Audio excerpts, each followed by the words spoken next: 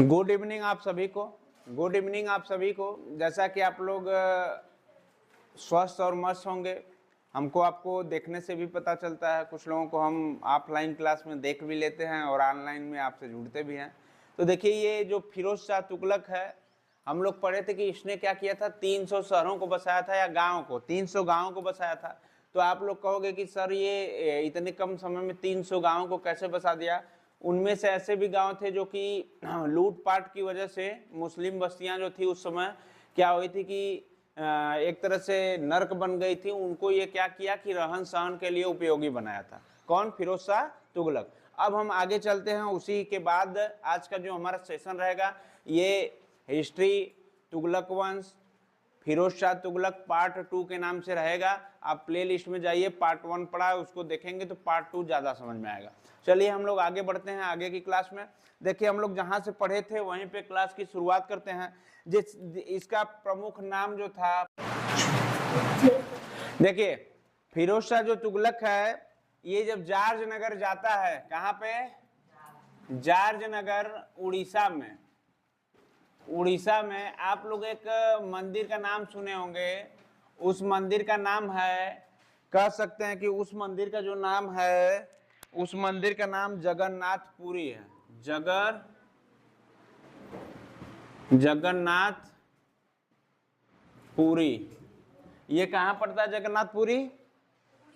उड़ीसा में। इसको क्या कहते हैं? पुरी मंदिर भी कहते हैं। ठीक है, पुरी मंदिर इस पर आक्रमण करता है। जगन्नाथपुरी पुरी पर आक्रमण कौन करता है? फिरोज शाह तुगलक करता है। ठीक है। अब देखिए, फिरोज शाह तुगलक हिंदुओं से इतना नफरत करते हैं कि इसने क्या किया कि जगन्नाथपुरी पर आक्रमण कर दिया। और क्या किया कि वहां बताते हैं कि इस मंदिर पर जब आक्रमण किया तो 1.5 लाख लोगों को क्या किया? 1.5 लाख लोगों को मार दिया। इतिहासकार बताते हैं 1.5 लाख लोगों को मार दिया। क्या किया? मार दिया। और यहाँ पे जितनी भी धन संपदा थी उसको क्या किया? लूट ले गया। बात समझ रहे हैं? इससे सबसे ज्यादा आहत हुए कौन से लोग? हिंदू लोग। हिंदुओं की आस्था पर इसने क्या की? चोट कर दी। ठीक है, अब आगे बढ़ाएंगे हम। अब इसका एक अभियान चलेगा नगर कोट में, नगर कोट अभियान। नगर कोट अभियान इसका चलेगा। कौन सा अभियान? नगर कोट अभियान। देखिए, अब ये नगर कोट अभियान करता है। अब यहां देखिए, नगर कोट अभियान करता है। इसका डेट पूछता है आपसे 1361 ईस्वी में। 1361 ईस्वी में कहां पे जाता है? नगर कोट। जार्ज नगर जाता है 1360 ईस्वी में, और नगर कोट अभियान पे जाता है कहां पे? 1361 ईस्वी में। अब वहां बात ये होती है कि यहाँ ये क्या करता है? यहाँ लगभग 3000 पुस्तकों को चुरा कर या लिख सकते हैं बगल में लूट कर इसने क्या करता है? उसका अनुवाद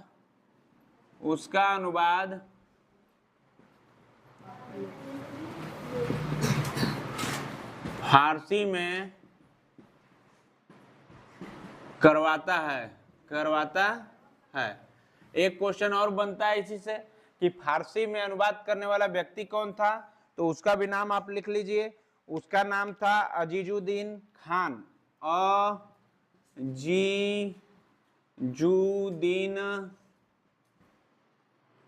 खान।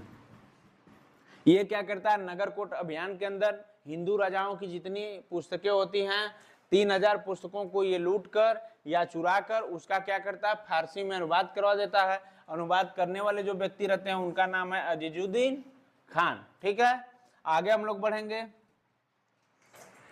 अब ये जाता है ज्वालामुखी मंदिर। कहां पे? ज्वालामुखी मंदिर। कोई बताएगा ज्वालामुखी मंदिर कहाँ है? आज भी है।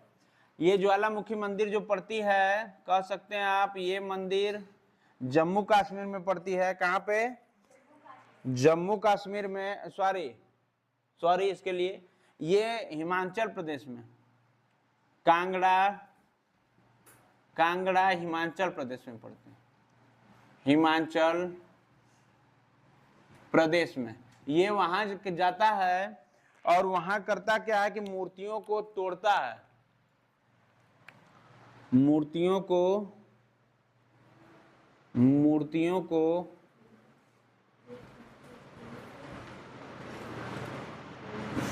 को तोड़ता है और उसे मांस में मिलाकर और उसे ज्वाला मूर्तियों को तोड़ता है और उसे मांस में मूर्तियों के टुकड़ों को मिलाकर लोगों को परोसता है। देखिए ज्वालामुखी मंदिर है, ज्वालामुखी मंदिर पे जाता है कांगड़ा हिमाचल प्रदेश में। कौन जाता है? फिरोज शाह तुगलक। और वहां की देखिए मूर्तियों को क्या करता है? क्षतिग्रस्त कर देता है। और मूर्तियों की क्षतिग्रस्त करने के बाद ये क्या करता है कि छोटी छोटी जो मूर्तियां होती हैं उनको मांस के टुकड़े में, चाहे गाय का मांस हो, बकरी का मांस हो, सुअर का मांस हो, उसमें क्या करता है कि मिलाता है और लोगों को क्या करता है? परोसता है। देखिए हिंदू धर्म के प्रति इसकी आस्था कितनी मतलब बुरी थी। इसीलिए कहा जाता है कि सबसे सॉफ्ट धर्म जो होता है हिंदू धर्म होता है, जो कि सभी धर्मों को क्या करता है? एक्सेप्ट करता है, किसी धर्म से नफरत नहीं करता। लेकिन फिरोज शाह तुगलक का हिस्ट्री आप लोग पढ़ रहे हैं, इसको समझिए। देखिए इतिहास आप लोग, किसी जाति धर्म से मतलब नहीं होता है, इतिहास तो इतिहास होता है। कोई भी मुस्लिम देखे, मुस्लिम हमारा भाई या हिंदू भाई, तो इतिहास पढ़ रहे हैं तो आप इतिहास जैसा ही पढ़ेंगे। जो भी उस टाइम के हुए हैं, लोग किए हैं, उसका तो इतिहास बताता है कि ये किया गया था। तो हिंदू लोगों के प्रति देखिए, धर्म के प्रति कितनी आस्था के प्रति एक खिलवाड़ थी किसकी? फिरोज शाह तुगलक की। तो आप नोट कीजिए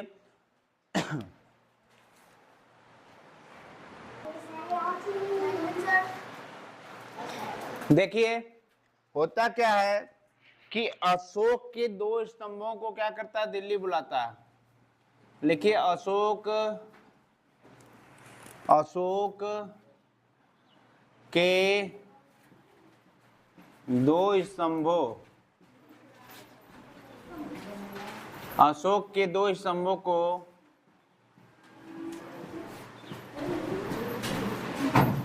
दिल्ली लाया।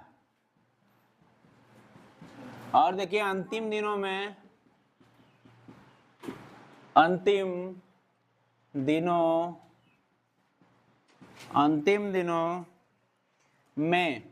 जैसे कहते हैं कि 1387 से 88। अब बात चल रही है फिरोज शाह तुगलक की लास्ट समय चल रहा है 87 और 88। यहाँ क्या करता है? इसके 2 पुत्र खत्म हो चुके थे। इसके जो 2 पुत्र थे, इनको क्या कर दिया गया था? मार दिया गया था। ठीक है, ये क्या हुए थे? मृत्यु को पा लिए थे। और इनका जो तीसरा पुत्र था, किसका? फिरोज शाह तुगलक का जो तीसरा पुत्र था, उसका नाम था मोहम्मद खां। उसका नाम क्या था? तीसरा पुत्र का नाम मोहम्मद खान था, जिसको ये क्या करता है? अपना उत्तराधिकारी नियुक्त कर देता है। तीसरे पुत्र का नाम मोहम्मद खान था, जिसको ये अपना उत्तराधिकारी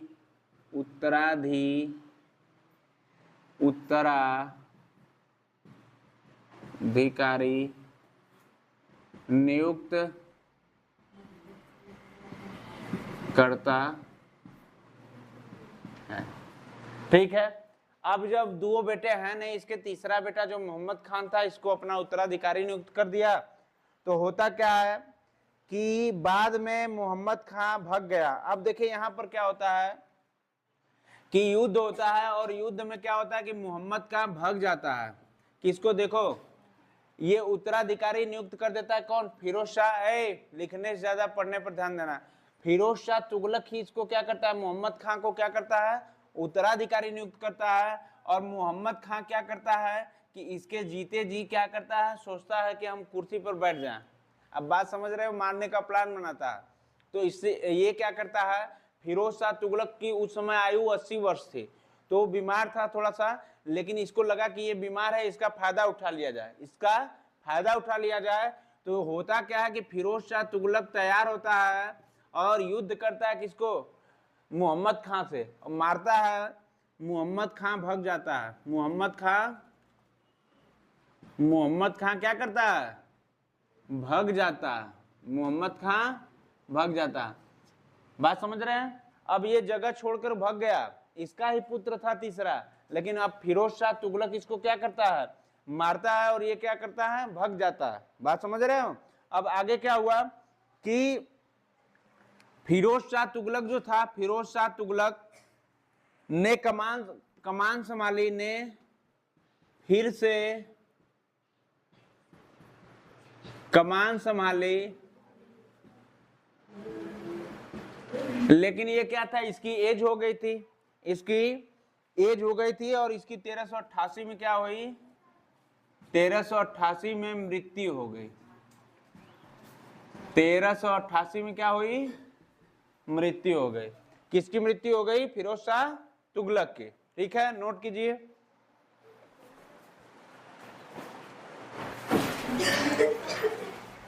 देखिए, अब इसका जो तीसरा पुत्र था, इसकी तो मृत्यु हो गई।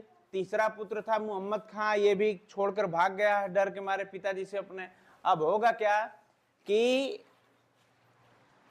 एक गयासुद्दीन तुगलक का नाम सुने होंगे आप लोग। गयासुद्दीन तुगलक गद्दी पर जब बैठा था, गयासुद्दीन तुगलक, अब इसका क्या आता है, एक बड़ा पुत्र रहता है। किसका, गयासुद्दीन तुगलक शाह। आप थोड़ा सा ना इसको जो फिरोज शाह तुगलक का नाम है, फिरोज शाह तुगलक का जो बड़ा पुत्र यहाँ मरा है, तो इसका अभियान थोड़ा सा लिखवा देते हैं। गयासुद्दीन तुगलक शाह, ये फिरोज शाह तुगलक के बड़े पुत्र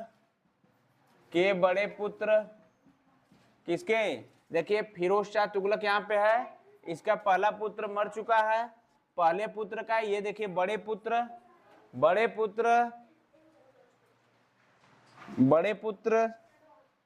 फतेह खान का बेटा, फतेह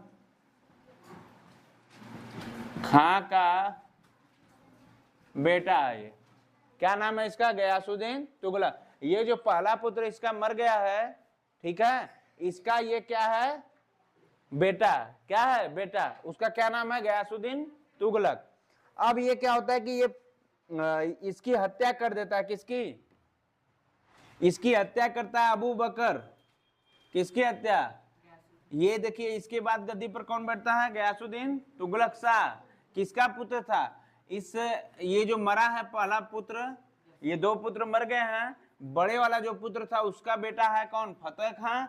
और फतेह खान किसको मारता है, ये देखिए इसका गयासुद्दीन तुगलक शाह जब गद्दी पर बैठता है तो इसको मारता है। देखो इसका नाम है अबू बकर इसको मारेगा। कब मारेगा, 1389 से 1390 के बीच। ठीक है, ये मारेगा, इसकी हत्या करवा देता है, इसकी हत्या। और ये क्या था, ये अबू बकर कौन था, तो आप लोग कहोगे कि सर जी बीच में अबू बकर कहां से आ गया। तो ये जो देखो पहले पुत्र फतेह खान है, और ये दूसरे पुत्र का जो पुत्र था, दूसरे पुत्र का पुत्र वो कौन सा है, अबू बकर। ये इसको लिख लीजिए कि ये फिरोज शाह तुगलक का दूसरे पुत्र का बेटा था। अब देखो ये अपने ही चचेरे भाई को क्या करवा दिया, इसकी हत्या करवा दी, और गद्दी पर क्या किया, अपने बैठ गया। कब? 1389 से 90 के बीच। ठीक है, नोट कीजिए मोहम्मद खान को। चलिए आप देखिए, अबू बकर जो था ये हत्या करके बना था किसका, गयासुद्दीन शाह का।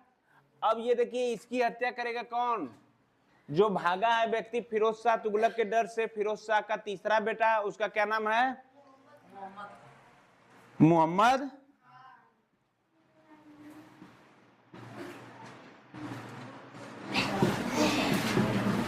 मोहम्मद खान। ठीक है, और ये क्या करता है कि अबू बकर की हत्या कर देता है। किसकी हत्या, अबू बकर की हत्या करके क्या करता है, मोहम्मद खान कुर्सी पर बैठ जाता है। और ये कुर्सी पर कब बैठता है, 1390 से लेकर 1394। तो आप लोग जानिए, पूछेगा एग्जाम में कि फिरोज शाह तुगलक की मृत्यु कब हुई थी, 1388 में, और इसके बाद मोहम्मद खान की मृत्यु कब हुई। आप देखिए ये गद्दी पर बैठता है तो गद्दी पर शासन करता है 1390 से लेकर 1394। आगे देखिए क्या हुआ कि इसके बाद अलाउद्दीन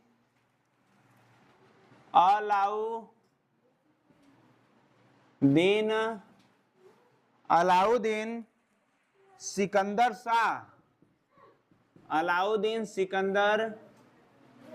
शाह ये गद्दी पर बैठता है 1394 में, और ये 95 तक शासन करता। ये था इसका बेटा शहजादा मोहम्मद शाह का, मोहम्मद खां का ना जी, मोहम्मद खां का। देखिए बात सुनिए, ये अलाउद्दीन जो सिकंदर शाह था ये शहजादा मोहम्मद खां का बेटा था। इसने भी गद्दी पर बैठा, 1 साल शासन किया 94 से 95 तक, और इसका डेथ हो जाता है। इसका क्या हो जाता है, डेथ, इसकी भी मृत्यु हो जाती है। कब हो जाती है, 1395 में, 1395 में इसकी भी मृत्यु हो जाती है। अब आगे देखो दिल्ली की गद्दी पर कौन बैठेगा, नसीरुद्दीन महमूद।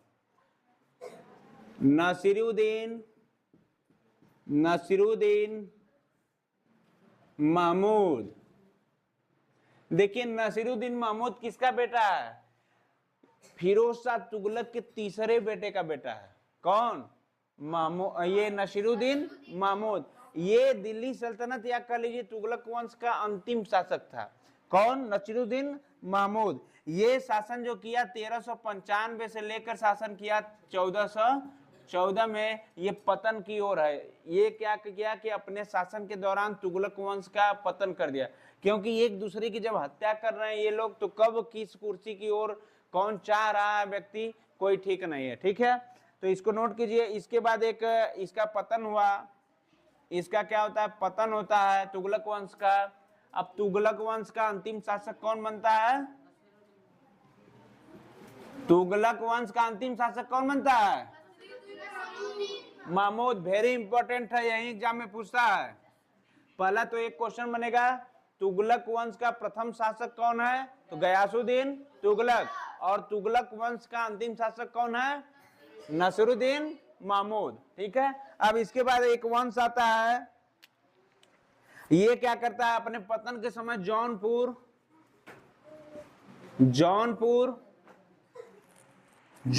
में सरकी वंश की स्थापना करता है। ये जौनपुर, जो उसको जूना खान बोलते थे, ये क्या करता था, सरकी वंश की स्थापना किया। और किसने किया, तो उसका नाम था सरकी वंश में मलिक सरबर ने किसके नेतृत्व में किया था, ये नसीरुद्दीन महमूद के नेतृत्व में किया था शासन। कौन, जौनपुर में सरकी वंश की स्थापना मलिक सरबर में की थी। ठीक है, इसको नोट कीजिए। देखिए अब होता क्या है कि जो ये कह सकते हैं कि आए ये लोग, कौन आया था, मलिक सरबर ने किसको लाया, सरकी वंश को। अब देखिए जब सरकी वंश को लाए तो वहां पे हुआ क्या कि समरकंद से एक व्यक्ति चला था, देखिए तैमूर लंग जिसका नाम था, तैमूर लंग, ये कहां से चलते हैं? शकरकंद से। कहां चलते हैं? समरकंद जी, सॉरी समरकंद से चलते हैं। और ये कब चलते हैं? पूछता एग्जाम में कि कब चलते हैं। ये चलते हैं 1398 ईस्वी में, 1398 ईस्वी में ये चलते हैं दिल्ली की ओर, दिल्ली की ओर, ठीक है। तैमूर लंग समरकंद से चलते हैं कहां से? तैमूर लंग चलते हैं समरकंद से और ये दिल्ली की ओर चलते हैं। कब चलते हैं? 1398 ईस्वी में। अब देखिए जब दिल्ली जाते हैं तो ये 15 दिन रहते हैं वहां पे। कितने दिन?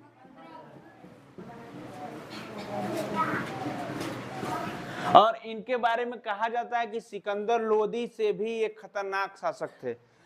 इनके बारे में बताया जाता है कि जब दिल्ली 15 दिन रहे तो 7 लाख से ज्यादा लोगों की इसने हत्या कर दी।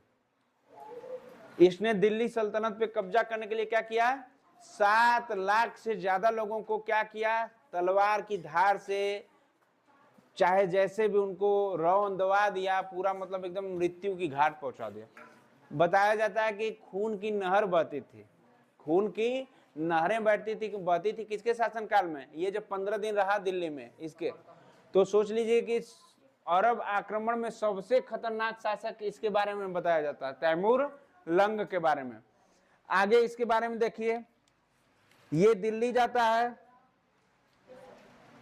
जब दिल्ली जाता है, अब तो दिल्ली रह ही रहा है, अब दिल्ली से कहां जाएगा? फिरोजाबाद। कहां जाएगा? फिरोजाबाद जाता है। और फिरोजाबाद जाता है, फिरोजाबाद से फिर मेरठ जाता है। ये सब कुछ जीतते हुए जा रहा है। पहले दिल्ली जाता है, 15 दिन में दिल्ली को जीतता है, फिर फिरोजाबाद को, फिर मेरठ को। उसके बाद ये हरिद्वार जाता है, हरिद्वार से कांगड़ा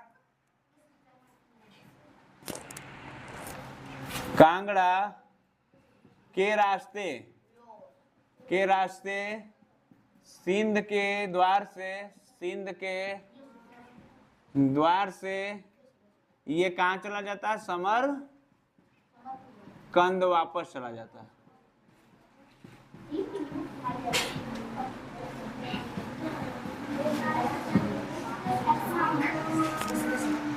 ठीक है, ये रहा फिरोज शाह तुगलक, जो कि तुगलक वंश का अंतिम शासक आपको बताया गया नसरुद्दीन था। और ये क्या किया कि 1414 तक शासन चला था तुगलक वंश का। ये अंतिम शासक था। इसने क्या किया? खत्म किया। तैमूर लंग भेजाया, लोगों को प्रताड़ित किया। उसके बाद दिल्ली गया, दिल्ली से फिरोजाबाद, फिरोजाबाद से मेरठ, और मेरठ से हरिद्वार जाते हैं। हरिद्वार से कांगड़ा को लूटते हुए वहां के रास्ते से, सिंध के रास्ते से समरकंद भाग गया ये वापस। ठीक है, अब बात होती है कुछ प्रश्नों की सीरीज को।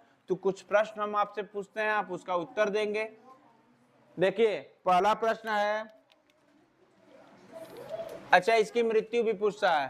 तैमूर लंग की मृत्यु लिख लीजिए। तैमूर लंग की मृत्यु 1414 ईस्वी में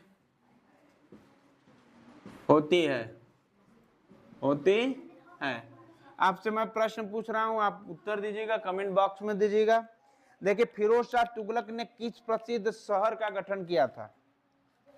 फिरोज शाह, पहला प्रश्न है, फिरोज शाह तुगलक ने किस प्रसिद्ध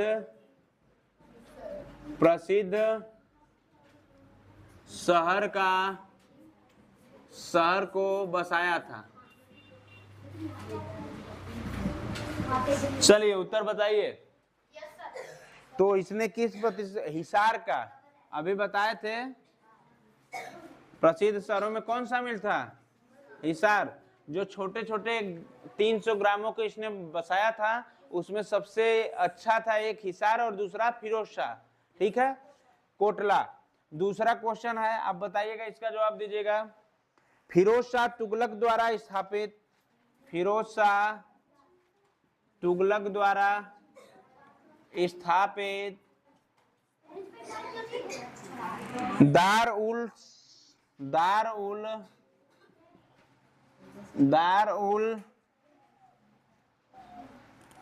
सफास्फा था। ये क्या था? तो ये था बेटा एक निःशुल्क अस्पताल था। आंसर इसका है एक निःशुल्क अस्पताल था, जो कि जितने मुस्लिम वंश के उस समय शासक थे, ये क्या करते थे, जब बीमार होते थे तो इसी अस्पताल में दवा कराने जाते थे। एक क्वेश्चन और बस मैं लिख रहा हूं, लास्ट क्वेश्चन। ये तुगलक वंश के शासनकाल में भारत पर किसने आक्रमण किया? लिखिए, तुगलक वंश के शासन काल में भारत पर आक्रमण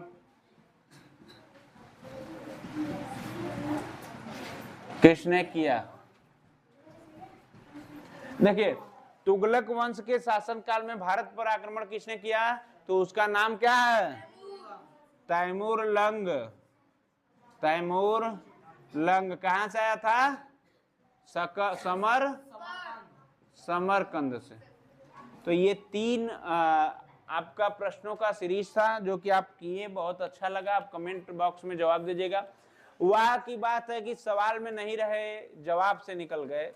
वाह की बात है कि सवाल में नहीं रहे, जवाब से निकल गए। वो जो अजीज लोग थे, वो जो अजीम लोग थे, वो किताब से निकल गए। उस एक चेहरे ने इस कदर असर किया कि कई हसीन चेहरे किताब से निकल गए, कई हसीन चेहरे किताब से निकल गए। तो आप सभी को पुनः तहे दिल से धन्यवाद। आपसे ये एक उम्मीद है कि आप एक लाइक करें, सब्सक्राइब करें, कमेंट करें और चैनल को शेयर करते रहें। धन्यवाद।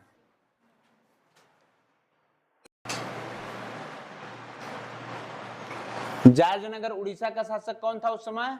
1360 में शासक था भानुदेव तृतीय। और एक बार और हम बोल देते हैं, देखिए हम लोग पढ़े थे, प्रमुख नाम जो था हिसार था, वहां से हम लोग शुरू करते हैं। इसका जो भी 300 शहरों का निर्माण करवाया था। उसके बाद फिरोज शाह कोटला उसका प्रमुख केंद्र था। जौनपुर जूना खां की याद में जो मोहम्मद बिन तुगलक ने बनवाया था मीनार, उसको क्या किया, ये मरम्मत करवाया। नेक्स्ट होता है कि फिरोज शाह ने अपनी आत्मकथा फुतुहात ए फिरोज शाही लिखी। उसमें क्या किया कि उस बुक को किस भाषा में लिखा? फारसी भाषा में लिखा। FST के समय, फिरोज शाह तुगलक के समय बरनी था, उसका जो लिखने का काम करता था। तारीख फिरोज शाही लिखी, ये भी बुक किसमें लिखी? फारसी में लिखी। उसके बाद 1368 में कुतुब मीनार की मरम्मत कौन करवाता है? फिरोज शाह तुगलक। आगे बात आती है बंगाल अभियान पर जाता है, वहां शासक कौन रहता है? इलियास रहता है। इलियास कहता है कि अब देखो शासक हम हैं, संभल के रहो, बहुत मार मारता है इसको। और ये क्या करता है? 1353 में जाता है, तब भी मारता है इसको। फिर जाता है 1359 में, तब भी ये असफल हो जाता है।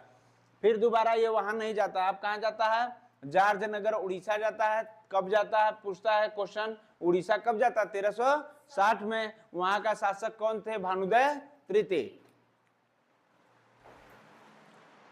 देखिए